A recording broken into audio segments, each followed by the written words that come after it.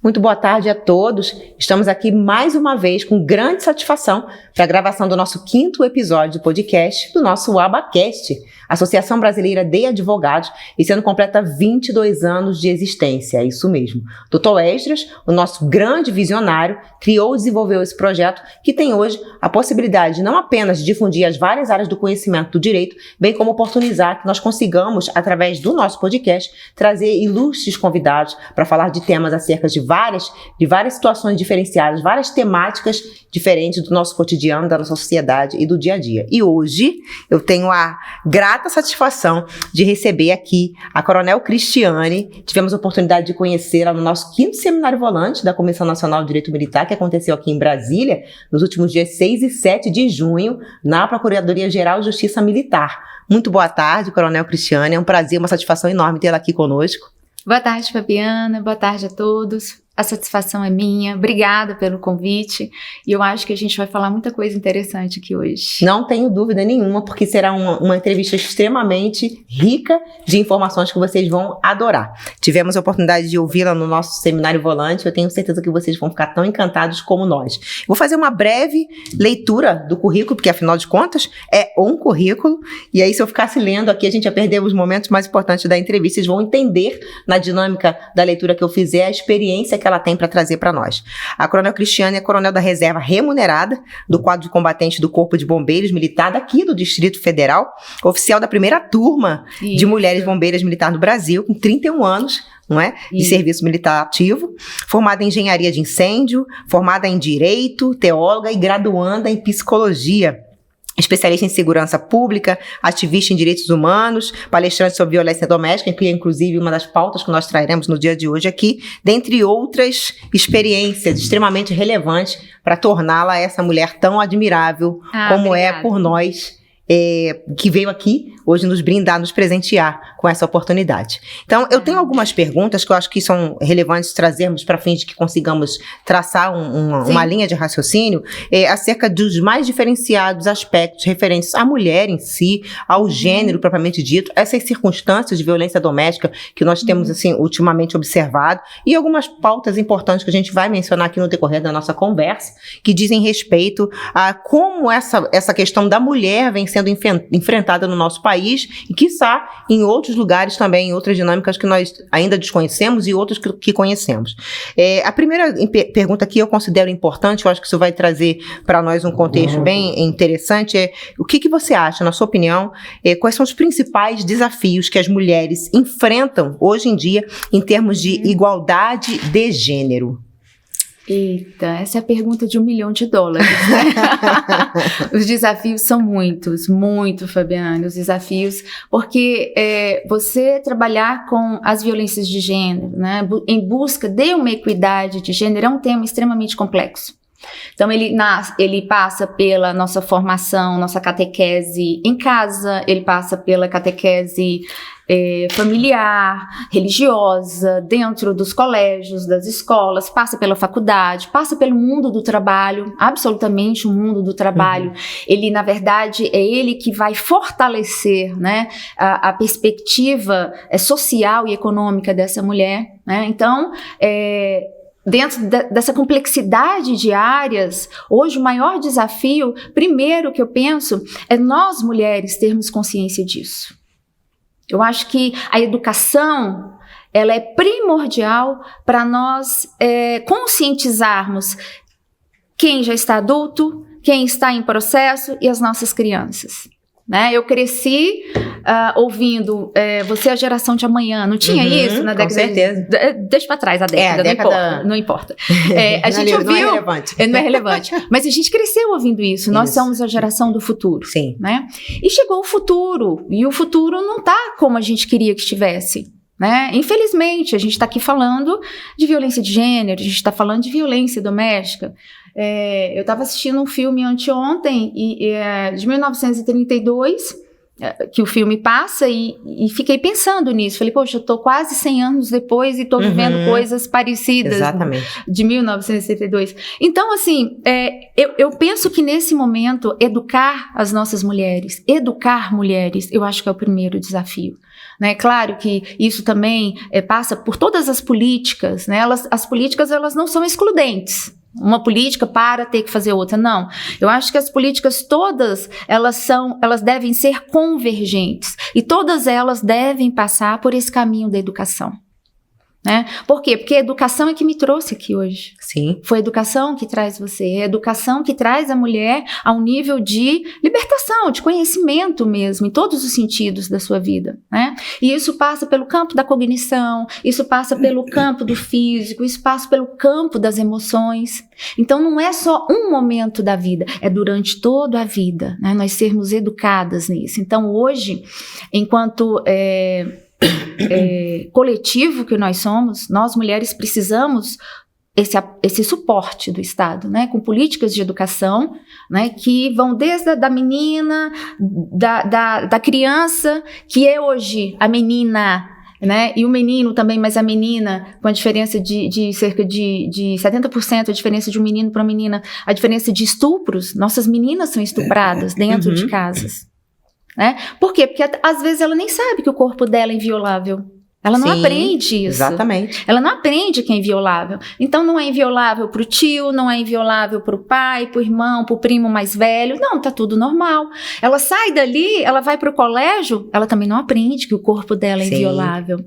E aí eu vejo dentro do campo da psicologia mulheres hoje que estão sofrendo as mesmas violências há 20, 30 anos, adoecidas, porque não sabem reconhecer uma violência. Porque nunca aprenderam que a integridade e os seus corpos são invioláveis, entende? Sim. Então, por isso que eu acho que o maior desafio hoje é educar nossas meninas, nossas mulheres, até nossas mães, que são de outras gerações, né, como a gente estava conversando, e dizer que ainda há esperança. Há esperança para a gente ter as nossas liberdades, as nossas autonomias preservadas. E não é só autonomia financeira, autonomia como cidadã, autonomia emocional, né, que tem que andar junto com todas as autonomias que nós estamos buscando. Esse ponto de equilíbrio. Então, eu penso que esse caminhar, né, precisa sim ser pontual, obtuso mesmo, sabe? Radical na questão da educação. Não só para as nossas meninas, mas também para os nossos meninos. É interessante você trazer essa questão, porque eu estava conversando com a doutora Raquel Branquinho, que também levanta muito essa bandeira justamente sobre essa questão cultural. Essa mudança de cultura na nossa sociedade, ela advirá justamente da formação das nossas crianças. Eu fiz recentemente um curso de protocolo de gênero na Enajum, nós temos um convênio com a Escola de Magistrados, pela Comissão Nacional, e nesse curso foram justamente abordadas essas temáticas que diziam respeito a como essa cultura será incutida na sociedade, se não for a partir de uma educação e de uma formação basilar que as faça compreender essa questão que você trouxe da inviolabilidade do seu corpo, por exemplo. Muitas dessas meninas, por exemplo, que sofrem abuso, elas vão entender como se aquilo fosse uma regra e elas vão se vulnerabilizar, elas muitas vezes vão se prostituir no sentido da palavra mesmo, não digo nem no sentido de fazer isso como uma profissão, não é isso, mas se prostituir no sentido de entregar o seu corpo a qualquer um, porque entendeu nessa logística que ele não era inviolável, que ninguém explicou isso pra ela. Explicou. Ela não tem ideia do que aquilo representa. E o que você está falando aí da cultura é interessantíssimo, porque é o seguinte, o movimento cultural, né, que é o movimento social também, né, tá ligado, se você falar de mudar uma cultura há um tempo atrás, antes dessa revolução tecnológica, era uma coisa. Então uma cultura demorava uma geração para se mudar, demorava 10 anos, 15 anos, né, para você ver ali sinais de uma mudança. Hoje, depois dessa revolução tecnológica, o que era cultural há 5 anos atrás, hoje não é mais. Sim. Por quê? Conhecimento, a minha experiência te enriquece, a sua me enriquece. A gente vai para as plataformas sociais, vamos trocando experiência, vamos fazendo coletivos menores, onde a gente vai trabalhando esse conhecimento e a cultura muda. E é importante a gente falar nisso, nesse ponto especificamente, porque às vezes quando eu falo de cultura, o pessoal, tem que mudar a cultura. Não, mas isso é tão difícil mudar a cultura. Não, gente, nós estamos numa velocidade em que se falar de cultura hoje não é como é antes. Claro. Então, é possível, sim, a gente mudar num curto espaço de tempo, é claro que não é de hoje para amanhã, mas assim, em tempos bem menores do que antes. Em 5 anos, você consegue mudar comportamentos. Pelo menos a médio prazo, exatamente. Entendeu? Então, assim, a cultura, ela tem esse papel, né? Porque ela formata. Eu ouvi tava lendo um livro uma vez, e ele falava, né, que a cultura... O que é a cultura? Cultura é a alma do povo. É a alma de uma nação. É como essa nação se expressa. É como ela é enriquecida e empobrecida. Ela é, né? Então, esse enriquecimento e esse empobrecimento, hoje nós podemos, né, trabalhar com ele de maneira muito mais rápida, muito mais equânime, inclusive. Olha, isso aqui não é justo. Isso aqui é justo. Isso aqui não é justo. Sim. Não, isso aqui também não. E a gente está discutindo o tempo todo. Por quê? Porque hoje a gente tem essa possibilidade de mudar comportamentos, né, a partir desse processo cultural, que é bem mais célere, bem mais dinâmico, né, e reverter esses vieses aos quais nós fomos catequizados ao longo de tantos anos. Sim, essa cultura retrógrada, que ela acabou trazendo esse pensamento engessado para boa parte da sociedade, acaba possibilitando, permitindo que ainda hoje nós passemos por situações dessa categoria de constrangimento, de segregação, de mulheres que são tratadas ainda em outros estados. A gente observa mesmo as próprias culturas dentro do nosso país, de mulheres que são tratadas de forma pejorativa, de forma medíocre, de forma diferenciada, porque são mulheres. E a gente visualiza isso também em outros países. E que são culturas que podem ser justamente incutidas nas escolas, para as crianças, para os meninos e para as meninas. Eu entendo que os meninos também precisam conhecer como é que funciona essa dinâmica. Me lembro que não me lembro o nome da juíza federal que ela fez uma dinâmica. Na verdade, ela apresentou um vídeo de uma dinâmica onde meninos e meninas trabalhavam de forma igual. Não sei se você já chegou a ver esse vídeo. Eles trabalhavam de forma igual para uma determinada atividade, me parece que era a organização de uma sala, e ao final eles iam ser presenteados. Então, eles receberam doces, e aí eram balinhas e jujubas. A menina recebeu menos da metade, e o menino... E aí, os próprios meninos falavam, você acha justo que ela receba? Não, nós trabalhamos de forma igual, então ela tem que receber igual a mim. Aí o que ele faz? Ele abastece o copinho dela para que os dois recebam de forma equilibrada. Não é só questão do todos são iguais perante a lei, não é questão de equilibrar nas relações essa dinâmica de como se relacionar com o outro nessas categorias, como gênero, na qualidade de gênero. E aí a gente se pergunta, e depois disso, o que deu errado?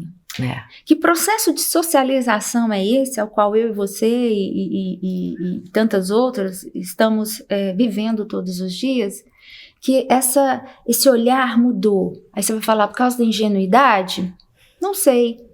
Não, por causa da ingenuidade não, porque ele não aprendeu. Sim. Ele não aprendeu que ela é menor.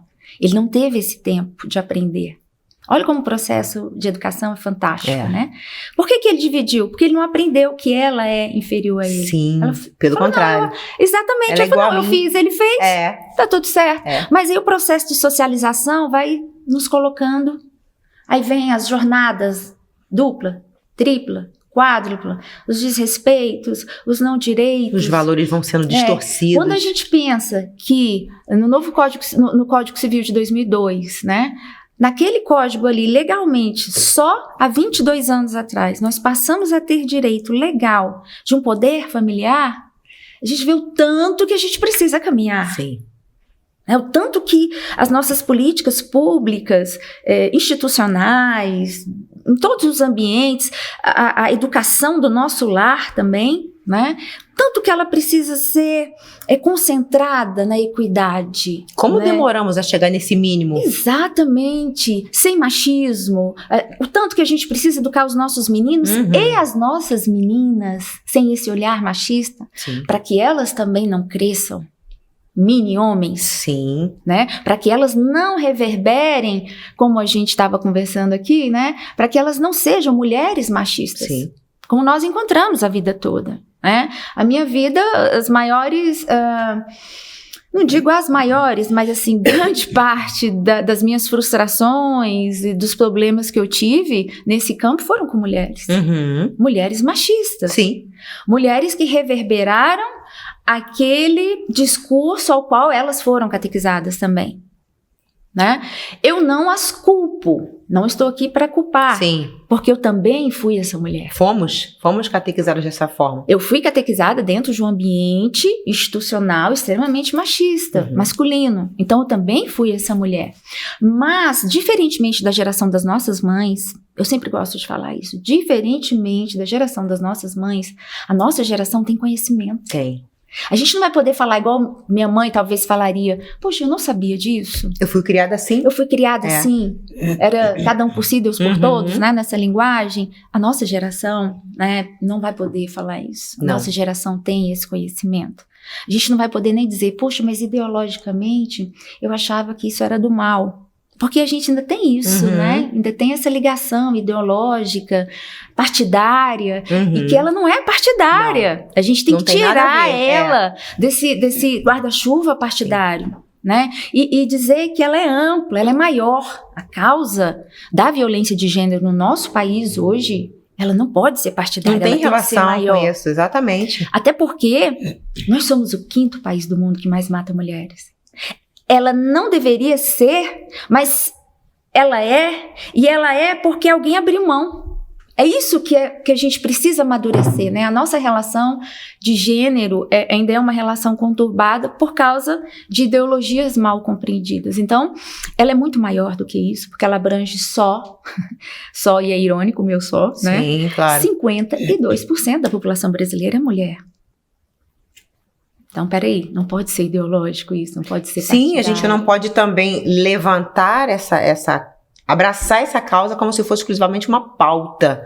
Porque não é só, é o que você está trazendo, é muito maior do que isso. São 52% de mulheres que, em sua grande maioria, ainda estereotipadas, à margem da sociedade, e muitas que foram catequizadas da forma como nós fomos, mas que não tiveram esse olhar de enxergar de forma diferenciada a partir da cultura que nós recebemos e que temos oportunidade hoje, com acesso à informação, de entender a dinâmica das coisas de forma mais fluida. Elas não conseguiram mudar essa maneira de ser, de agir, de entender de forma diferenciada o fluir dessas coisas. Então, assim, eu entendo que, baseado no que você está trazendo, que essa promoção do conhecimento precisa, sim, advir lá das nossas bases, mas para aquelas que não tiveram essa oportunidade, que isso possa ser trabalhado de forma que elas não protraiam isso no tempo, que não ensinem as suas filhas e seus filhos a serem dessa forma. E eu gosto de enfatizar essa coisa que a mulher precisa ser ensinada, porque nesses 31 anos vivendo dentro de um ambiente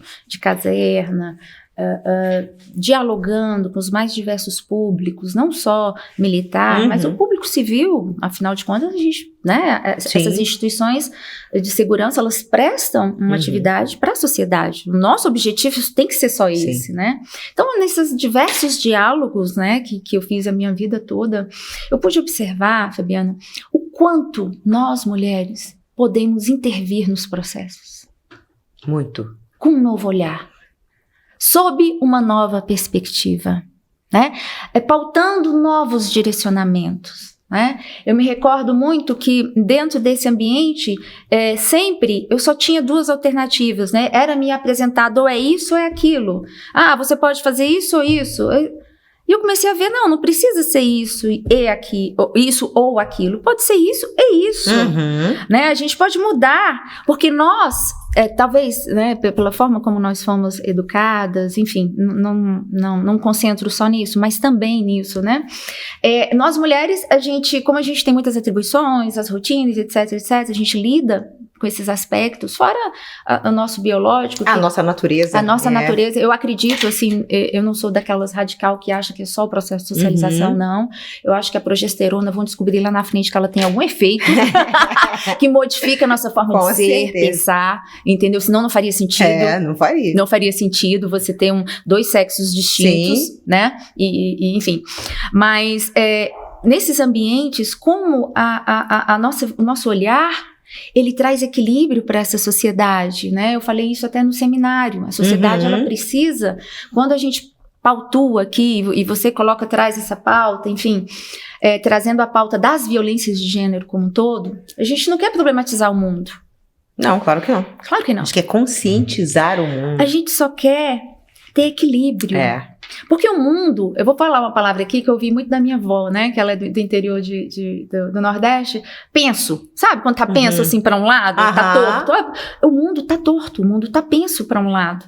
Por quê? Porque tá sendo comandado numa única perspectiva, num único olhar, naquele olhar masculino, né? Do René Descartes, se penso, logo existo. Né? É nesse olhar que nós construímos toda a nossa episteme, toda está construída a partir desse olhar. Mas se eu falar, se eu sinto, eu existo também? Ou se eu penso? Exatamente. E se eu sinto também? E se eu abraço também, eu existo ou não? Sim. Ou é só se pensa mesmo? Entendeu? Exatamente. Então, eu acho que nós, mulheres, podemos trazer para esse ambiente, eu vivenciei isso. Eu falei, cara... eu preciso ter mulheres aqui do meu lado, a gente precisa, e aí a luta tem que ser essa, como a gente estava conversando, né? Mulheres, levantar mulheres. Falei, é uma luta nossa. É nossa, porque a gente pode melhorar o mundo com essa ética diferenciada, né? Porque não é só estética, né? O cabelo maior, joias, uma maquiagem, uma voz mais aguda, né? Porque me falaram, isso aqui é só um parêntese, eu me lembro quando eu entrei, né, dentro da minha profissão, falaram assim, você não pode ser oficial, porque você tem uma voz aguda. Eu falei, mas vai dar, vai ter que dar. Vai ter que dar, com a voz aguda mesmo. Vai ter que dar, e depois, não, seu quadril não tá naquilo que a gente planejou. Falei, mas vai ter que dar, porque Deus me fez assim, me colocou, vai ter que mudar. Então, e se você estava ali é porque tinha um propósito, justamente esse. Fecha parênteses, é só pra gente entender que não é só uma presença estética. Porque eu alcancei, e aí? Tá bom? Beleza? Alcançou a próxima? Não, peraí. Se eu cheguei aqui e eu posso mudar esse olhar, né? Eu posso inserir na sociedade novos valores, uma ética diferente. Eu acho que o mundo espera isso de nós, enquanto no poder. Senão nós seremos iguais aos que já foram antes de nós. O poder pelo poder, o poder pelo poder. Poder pelo poder, acontece o quê? Uma mulher grávida de 8 meses. Exatamente. Pedindo. Preferência para sustentação oral. Aí ela acha que não foi entendida, ela fala... Por gentileza, eu gostaria de pedir a preferência. Por favor, acho que ele não entendeu. Eu vou reiterar, porque eu acho que ele não está entendendo. Ela reitera, né? Pelo menos 3 vezes. Pelo menos, pra quê? Pra falar, não, é porque eu acho que ele não entendeu. Porque se ele entendeu, eu tenho certeza na cabeça dela que ele vai deferir. Afinal de contas, eu estou com 8 meses. Sim. Se eu não me engano. Eu acredito que não estou equivocada, né? Não, ele não entendeu errado, ele não deixou de entender. É só que dentro daquela ética, aquele evento não estava incluído como algo necessário, algo humano. Porque se a gente não trabalhar numa ética diferenciada para nós mulheres, a gente talvez vai fazer até pior. Sim. A possibilidade é muito grande. Porque cria-se um padrão de como as coisas devem ser de acordo com a conveniência de quem está ali. Ponto. Naquele momento de autoridade. Não, eu defini que vai ser assim, eu não vou te dar prioridade, porque você pode utilizar-se de outros recursos para não estar aqui, por exemplo, se sentindo mal e disposta numa sustentação oral. E você que está assistindo, né, toda aquela situação, você fica angustiada, não tem outra palavra. Você fala, não, alguém aqui vai se levantar a favor alguém tem que falar alguma coisa. Alguém vai falar. E aí Como aconteceu. E aí A, B, cada um foi se levantando, um homem se levantou, uma amiga se levantou, uma colega, aí você fala, nossa, tô pensando que eu não tô equivocada. Sim. Não, você não está, isso é questão de humanidade. Né? Isso é questão de humanidade. Então, são processos, assim, que a gente precisa ter muita sensibilidade, um novo olhar ético, para que a gente ocupe esses espaços de poder, né? São necessários, extremamente necessários. Não é por mim, claro e nem é por você, mas é para que essa sociedade, os seus valores se equilibrem entre aquilo que é objetivo e aquilo que pode ser subjetivo. Olha, será que para ser grávida uma mulher precisa ficar na frente de uma câmera? Pois é. Para se desgastar esse ponto? Você entendeu? Mas isso é o quê? O que ela precisa provar? para fazer jus a um direito, e aí ela acabou evocando isso, não, o Estatuto da Ordem me concede esse direito de prioridade, sou uma mulher grávida, não é só o Estatuto, é a Constituição, são os princípios. E não só isso, ela ficou em pé. Ela ficou em pé. Ela ficou em pé, ela falou, isso aqui é uma barriga. Deixa eu mostrar a barriga para você acreditar no que eu estou falando. Então ela tem que comprovar para ele uma condição que é dela, que é resguardada pela lei, para que, e ainda assim, ele indefira. Então, justamente você falou, é uma questão de humanidade. Não é legislar as coisas sempre. Não é a legislação. Por isso que a minha preocupação quando eu falo de violência de gênero, quando a gente está aqui discutindo novos caminhos, novas saídas, novas políticas, novos instrumentos legais, jurídicos para a gente amparar, a gente não pode esquecer que, para além de tudo isso, que é extremamente necessário e constitui o Estado Democrático de Direito, constitui. Com certeza. Exatamente. A gente não pode esquecer que tem uma dimensão do nosso ser, que tem que justificar tudo isso, que é essa dimensão do humano. E aonde que essa dimensão ela nasce? Ou melhor, aonde ela se perdeu?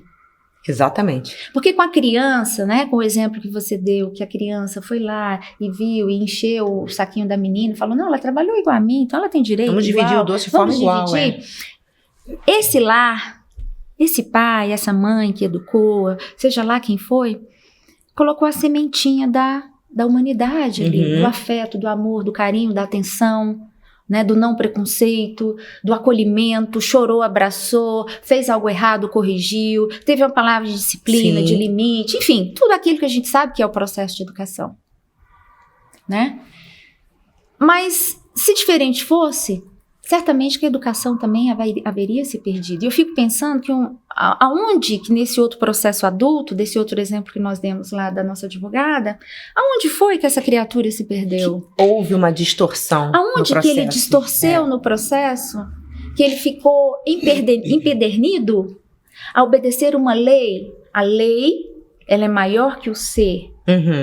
A lei, ela foi feita para mim, para educar o processo de socialização, e não o contrário. Sim. Em que momento em que a humanidade deixou de se sobrepor ao processo legal? E uma coisa simples, a gente não está falando de um homicídio, a gente não está falando de nada que fosse odiento ou violasse algum princípio constitucional, moral, enfim. Pelo contrário. Pelo contrário. Em que momento não só ele se perdeu, como outros se perderam nesse sentido. O exemplo do que aconteceu alguns meses atrás com a advogada também grávida, que fez um pedido de retirada de pauta de julgamento e também teve esse pedido negado em razão da condição dela, e o presidente entendeu, não, ela pode colocar uma outra pessoa, não, é o cliente dela, ele faz questão que ela esteja lá, é direito dela, constitucional, pedir essa mudança, essa alteração na pauta. Isso acontece o tempo inteiro. Então, diante dessas circunstâncias, a gente vem observando em que momento esses processos se perderam e essas pessoas se perderam no meio do caminho a ponto de entender, e a gente fala muito da questão do poder, que era algo que a gente estava conversando também antes de iniciar o nosso podcast, em que momento essa pessoa se perdeu no poder de achar que pode decidir sobre todas as coisas. E aí o que me causa mais espanto é como essas pessoas vão ter condições de julgar processos com essa falta de humanidade, que é indispensável, porque infelizmente é algo que a gente vê muito hoje dos magistrados, porque a gente observa que eles não identificam caso a caso de acordo com o que deve ser observado. Por exemplo, a situação X pode parecer com a situação Z, mas não são o mesmo tipo de circunstância, são aspectos diferentes que precisam ser considerados. O direito, junto com a medicina também, tem prerrogativas que poucas profissões têm, que é você trabalhar cada caso concreto. Né? Então, assim, é cada caso, é a lei a partir daquele contexto social, né? A gente estava comentando aqui que cada advogado, cada promotor, cada juiz, ele acaba sendo um cientista nesse ambiente, porque ele tem tese, ele tem a antitese, ele tem o fio da justiça que vai conduzir todos os processos, ele consegue mediar, né, as razões, a sua razão, a minha razão, ele consegue fazer todo esse equilíbrio. Então, o direito, a medicina e as áreas da saúde, em sua grande maioria, elas conseguem ver o indivíduo cada caso. Então, a gente tem essa possibilidade de trabalhar esses fatores humanos, né, que não são privilégios. A gente não está falando de privilégio. Não, claro que porque não. sempre tem aquele que vai falar, não, mas aí é privilégio. Não, gente, nós não estamos falando de privilégio. A gente está falando de direito, a gente está falando de... a gente está defendendo a família, o artigo 226, que nós mesmos colocamos lá, né? Olha, a família é a unidade máter dessa nação. Sim. E quando eu protejo uma mulher grávida, eu estou protegendo a família. A família. Senão eu tenho um desequilíbrio social. Tem um desequilíbrio social, porque esse ônus da gravidez não pode ser dela. Não. Você fica grávida sozinha, tá? Você se vira, não vai ter salário, dá o seu jeito, depois você volta, põe no mundo, cria e a gente vê o que a gente faz com esse indivíduo ou com essa menina. Não, a maternidade, ela é um ônus social, é de todos nós, né? A gente tem que abraçar, é a família, aquela mesma que a gente defende nos palanques, é essa família sendo constituída a partir de posturas como essa, né? De falar, sim senhora, a senhora tem direito, ok, por favor. Quando eu digo não, eu pego a Constituição e tô rasgando. Exatamente. Eu tô rasgando. A gente vê com muita frequência. Aí depois eu falo, mas eu sou família. Não, meu amigo, você não é família. Não. Você não é família. No momento que você desconsiderou essa senhora grávida, uma profissional que estava ali no exercício de um direito legal, você não é a favor da família. E daí eu nem discuto mais, porque, enfim, não tem nem o que discutir. Não tem, porque diante de uma situação como essa, se ele não consegue entender o mínimo, que é a questão da humanidade, quiçá o direito legal que ela tem. Não é pelo fato dela estar se sentindo mal, estar indisposta pela condição de estar grávida de 8 meses, mas principalmente para ele desconsiderar completamente o que preconiza a legislação. Ele no papel de magistrado, que é o defensor da lei, dos direitos, da igualdade, que deve entender cada caso concreto de forma não só a obedecer os regramentos, mas nesse sentido da humanidade propriamente dita. Então, é muito complexo hoje você conviver dentro dessas perspectivas, essas dinâmicas, e eu abraço essa causa também, na defesa do interesse dessas mulheres, porque uma mulher advogada amanhã pode ser eu fazendo isso, uma situação oral grávida, e ele me impedir de ter acesso a um direito que me é conferido por lei. Porque no entendimento dele, não, mas aqui, e a gente fala muito isso, é interessante, não, mas aqui na minha turma quem manda sou eu. Então as regras são feitas por mim, e a gente vê isso em vários ambientes por aí acontecer, tanto das Forças Armadas auxiliares, no meio civil. Então não existe uma diferença muito grande no que diz respeito a isso, porque é como se eles criassem as próprias regras para desobedecer o que realmente deve valer como o que está escrito. Não é? E desconsiderar totalmente o indivíduo, o ser humano. Aquela lei poderia ser alguém da família dele, não é? Será que ele teria se comportado da mesma forma? Será que ele teria? Boa pergunta. Será que ele teria se comportado da mesma forma? Se fosse um homem, será que ele teria se comportado? Eu tô passando mal, assim, estou me sentindo mal aqui. Inclusive, não estou bem. Não estou bem, vou anexar o meu atestado aqui no chat para Vossa Excelência ver que eu realmente... Não, pode fazer. Então, essa inversão de valores, a gente está falando da questão do gênero em si, da inversão de valores propriamente dito, tem ocasionado na nossa sociedade esses problemas que a gente procura de alguma forma contingenciar, e essas pautas, todas as vezes que são levantadas, foi muito pertinente a gente ter conseguido marcar no dia de hoje, porque a gente pôde trazer esse assunto à tona, porque é o que acontece com muita frequência. Nós tivemos um episódio também, não sei se você vai se recordar, de um promotor que agrediu uma colega. Nossa. Você lembra que coisa horrorosa foi aquilo? Então a gente vê cenários desse tipo acontecerem cotidianamente.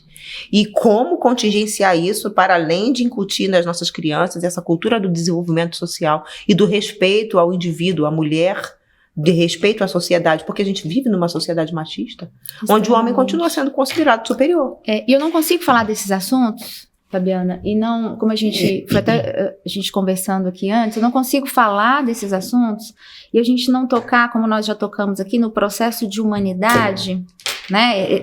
Onde a gente se perdeu nessa caminhada, ou aonde a gente está se perdendo, porque todo dia nunca tem o último fato, é sempre o penúltimo, né? Porque é um fato atrás do outro, a gente sai de um PL do estupro, cai numa situação dessa da audiência, enfim, todo dia, né, a gente tem um fato novo. E aí, na nossa pergunta aqui, onde a gente se perdeu, vem à minha mente agora, aquilo que a gente estava conversando, que existe uma dimensão do nosso ser, né, que a gente precisa alimentar também dentro desse processo. Eu acho que a mulher, ela, pelo menos nos ambientes em que eu tenho andado, eu sempre vejo mais mulheres nesses ambientes, né? Que é esse ambiente da espiritualidade. Eu acho que ela ajuda nesse processo de humanização. Com toda certeza. Porque quando você deixa de olhar para fora, né? Você olha para dentro, você interioriza, você busca significados. Toda vez que a gente fecha o olho e olha para dentro, a gente está buscando significado, a gente está buscando relação, a gente está buscando encontro, a gente está buscando paz, a gente está buscando os nossos próprios acolhimentos.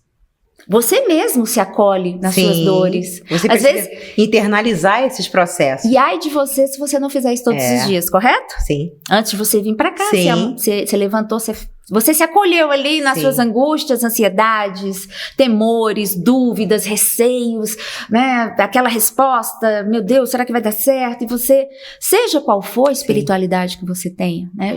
A gente não tá falando eu até ia falar isso, exatamente, seja qual for a espiritualidade. Seja qual for a espiritualidade. É você entronizar, olhar para dentro de si e ver, identificar os seus processos.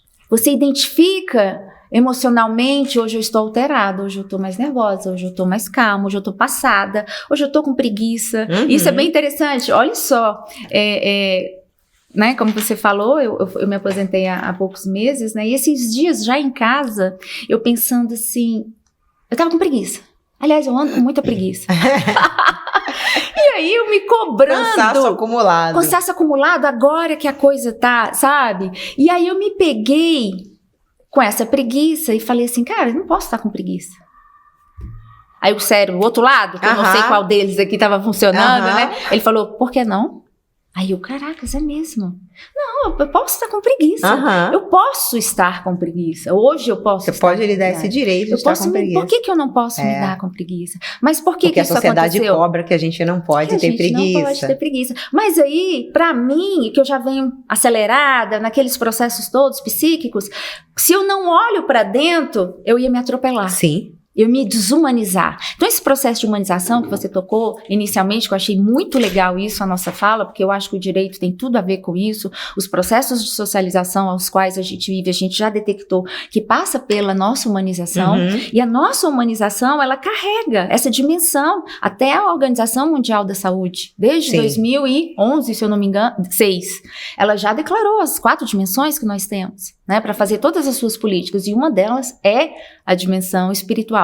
Então, na busca... É questão de saúde mental. Exatamente. Então, na busca, né, por essa humanização, ela passa pela espiritualidade. Para eu olhar para dentro e falar, quem é a Cristiane? Por que você tá assim? Chora, eu quero chorar, chora. Eu quero sorrir, sorria. Ah, não, hoje eu quero sair, curtir com os meus amigos, ser quinta série. Sim. Eu tenho isso é bom, isso me humaniza. Né? Então, eu acho que para todos nós, independente das profissões a que nós estejamos aí na labuta, no dia a dia, seja numa audiência, seja num podcast desse, seja trabalhando com som, enfim, não importa. Esse processo de espiritualidade, ele tem que andar conjugado com a minha humanidade. Quanto mais espiritual eu sou, mais humano. E o maior exemplo que a gente tem disso foi o próprio Jesus. Sim. O próprio Jesus. O que ele mostrou pra gente? Ele falou que é na simplicidade do copo d'água é que você deixa paz com alguém. Sim. Ele mostrou pra gente que é tocando naquele que tá caído, naquele que tá doente. Esse processo humano é que o tornou divino para nós. Olha que fantástico e que interessante, isso. Porque quando você dissocia uma coisa da outra, acabou. Se você não identifica os seus processos, e aí falando de uma forma assim muito espiritual, se você não identifica nos seus processos as suas questões e você não internaliza de forma a entender por que daquele comportamento, será que em algum momento, agora ele pediu licença médica, mas será que em algum momento ele parou para pensar e refletiu? Alguém, quando ele chegou em casa, mas você indeferiu o pedido da grávida. Então, será que ele internalizou esse processo? Porque ele pediu licença médica, eu não sei qual foi o objeto. Vou até procurar pesquisar para saber do que foi que ele pediu. Será que ele conseguiu internalizar esse processo e identificar, não, mas por que eu fiz aquilo? O que levou ele a tomar aquela atitude? Tem alguma coisa que ele não conseguiu identificar, que ele dissociou o humano. De onde que ele tá vindo? Exatamente. Porque quando eu dissocio, eu tenho 2 opções só. Ou eu vou me tornar um ser fanático, Sim. Esotérico ao extremo. Espiritual ao extremo. Espiritual ao extremo. Místico. Místico. Você é o ser místico, né? Que o fanático é o místico sem conhecimento. Ou eu vou me tornar uma pessoa da lei. Não, só faz o que está escrito. Isso. Só é isso. Não pode ser. Só tenho essas duas opções quando eu dissocio uma coisa da outra. Sim, só tem esses dois vieses. Eu só tenho esses dois caminhos a percorrer. Ou eu vou ser extremamente esotérico, uma pessoa sem fundamento, vou acreditar em tudo que eu vejo, em toda sombra para mim vai ser um elemento. E não é. Isso aqui é uma sombra, isso aqui é um elemento. Sim. Né? Ou então eu vou ser do outro lado, ou extremamente emotivo, sem buscar a razão das minhas emoções, ou extremamente legalista, sem procurar a razão do meu legalismo. Ou seja, faltou equilíbrio quando ele se segregou partes importantes do interior dele para identificar a necessidade daquele outro indivíduo, daquele ser. Independentemente de ser, a gente está falando da mulher, mas faltou ele identificar. Porque poderia ser um homem, ele tem defeito também. Não, eu tô me sentindo muito mal. Eu já soube de caso. Eu tive um caso de uma conhecida que ela teve um pré-infarto numa audiência e ela acabou, enfim, passando mal e ele teve que suspender porque ela praticamente desmaiou. Uma situação como essa, como é que ele identificaria? Será que ele acreditaria ou não? Tá inventando essa história? Então, eu acho que falta muito dessa humanização nesses processos. Exatamente, que nasce desse exercício. Porque tem uma questão também. Eu vou aqui plagiar um pouco. Ninguém nasce humano, a gente se torna humano. Já ouviu algo parecido? Né? É nesse sentido. A humanização, ela é um processo. Ela é pequenas coisas. Se a gente for no dia a dia, nas coisinhas mais simples, né? A gente vai se educando, se humanizando. E aquilo vai virando um exercício, você vai sentindo falta daquilo dentro de você. Você sente falta. Você vai se humanizando. E é interessante que à medida que você vai se humanizando, se espiritualizando, você vai se conjugando. É como se você tivesse separado e você vai se integrando. E você vai se tornando um homem ou uma mulher íntegro. Íntegro no processo cognitivo. Íntegro no processo emocional. Íntegro em todo o processo psíquico, íntegro nas suas relações com o próximo, porque essa integridade, ela não é só interna não, ela vaza de você, ela vaza de nós. Nós somos espírito. Sim. Alguém vai falar que a gente é energia, beleza também, tá tudo certo, mas você não é só um corpo. Não, claro que não. Você não é só um corpo, então aquilo que você vai vazar de você. Então vaza numa lei, numa fala, num comportamento, numa saída entre amigos, você tá vazando energia o tempo todo. Que é quando você identifica como é o estado do outro. Exatamente, porque eu também sou no outro. Sim. Né? Você diz pra mim o que eu sou também. A relação é essa. Então, a humanidade, a nossa humanização, vamos dizer assim, ela nasce desse processo em conjunto. Né? De alguém vai dizer corpo, alma, espírito, outros vão dizer só de alma, espírito, enfim. Né? Aí tem cada um caminha na sua teoria, não importa. Mas importa que essa conjunção te torne um ser humano melhor. Sim. O produto tem que ser melhor. Sim. Porque senão a gente vai se acabar antes de qualquer outro Big Bang, antes de qualquer outra, sabe? E a gente vai vivendo uma vida sem propósito, sem identificar os processos que precisam ser reeducados na nossa logística social. Então, se você não consegue identificar isso, a gente vai continuar vendo índices elevados de feminicídio, de mulheres que são agredidas, de meninas que são abusadas, desrespeitadas, situações que elas vão levar por uma vida inteira, muitas das quais não conseguem identificar os próprios processos, como você trouxe. Muitas não sabem que o seu corpo é um abrigo inviolável, e essas questões elas vão, de certa forma, somatizar no seu espiritual, que é o que nos move enquanto espírito, enquanto alma. Eu tive uma experiência, eu fazia um trabalho social numa região aqui de Brasília, uma região afastada, com mulheres vítimas de violência. E aí eu comecei a falar algumas coisas, dar algumas palestras. O público-alvo era mulheres. Mas aí ao longo do trabalho isso modificou. E acabou que crianças, jovens, adolescentes também começaram a fazer parte desses trabalhos, começaram a se interessar. Eu me recordo muito claramente, uma jovem, ela tinha 16 anos na época. Nós terminamos a palestra, lanchamos ali, e ela me procurou, falou: Cristiane, deixa eu te perguntar uma coisa. Eu estou namorando um rapaz que ele bate na mãe. Só que eu gosto muito dele. Será que ele vai bater em mim? E eu, né, assim, me desculpe os pedagogos aí, conhecedores, se eu fui errada, mas eu no ímpeto, né, de chocá-la, eu queria chocá-la, porque adolescente tem muito disso, né? Sim. No ímpeto de chocá-la, eu falei, você vai ser a próxima. Sim. Ele vai bater. Ele só vai mudar. Pra ele vai ser cômodo, porque ele vai sair da mãe e vai bater na mulher. Vai ser muito cômodo isso. Ela abriu um olho assim, você acha? Eu falei, não, eu tenho certeza. Porque aí fui explicar pra ela, eu falei, deixa eu te falar, eu sei que é impactante pra você, mas isso é real. Se ele bate na mãe, se ele já tem esse comportamento, por que ele vai mudar com você? Não tem porquê, ele só vai dar continuidade. Ele vai dar continuidade, então você vai ser a próxima vítima dele.